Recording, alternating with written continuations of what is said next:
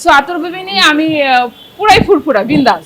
তবে আজকে ছোট করে একটু বলবো যে আমি আতর বিবি হয়ে আজকে আতর হয়ে আসছি আপনাদের সামনে, এবং আতর হয়ে কতটুকু আতর বিবি হতে পেরেছি সেইটা আমরা হলে যে আপনাদেরকে সাথে নিয়ে একসাথে দেখব।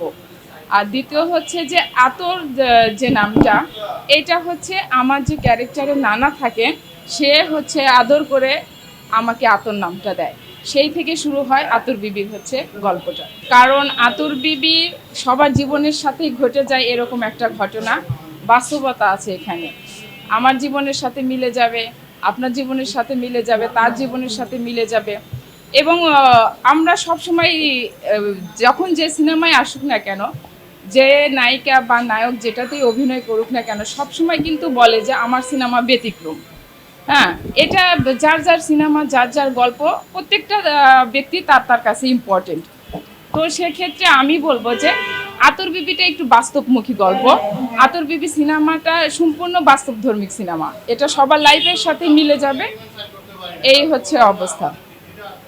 আমার সাথে আমার হিরোর কেমিস্ট্রি কী ছিল সেটা আমরা ইফতারের পরেই স্ক্রিনে আপনাদেরকে একটা সারপ্রাইজ দিব।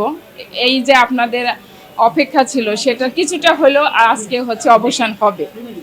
আর এখানে আমার নানা ক্যারেক্টারে যে ছিলেন বা আমার কো আর্টিস্ট আর একজন আছেন, সবার সাথে আমার যে আন্তরিকতা ছিল বা সবার সাথে আমার যে টিমের মেম্বারদের সাথে খুবই ভালো সম্পর্ক ছিল। আমাদের 2 বছরের জার্নি আজকে একটা অনুষ্ঠানের মাধ্যম দিয়ে হচ্ছে শেষ হতে যাচ্ছে।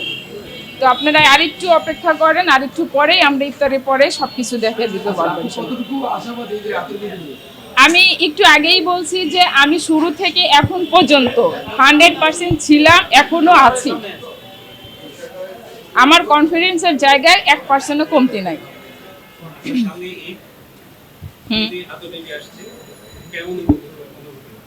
একদম, আমি কিন্তু কয়েকদিন আগে সাক্ষাৎকারে বলছি, যখনই আমার অনুভূতির কথা জানতে চাই আমি কিন্তু বলি অনুভূতি ফুরফুরা, ঠিক আছে। আর আমি বাঙালি, আমি সব সময় একটু ন্যাচারালি ভাবে কথা বলতে পছন্দ করি। এত হচ্ছে ঘোর প্যাচ আমি নিজেও লাইফে বুঝি না, ঘোর প্যাচ নিয়ে কথা বলাটাও আমি পছন্দ করি না। সো আতর বেবি নিয়ে আমি পুরাই ফুরফুরা বিন্দাস।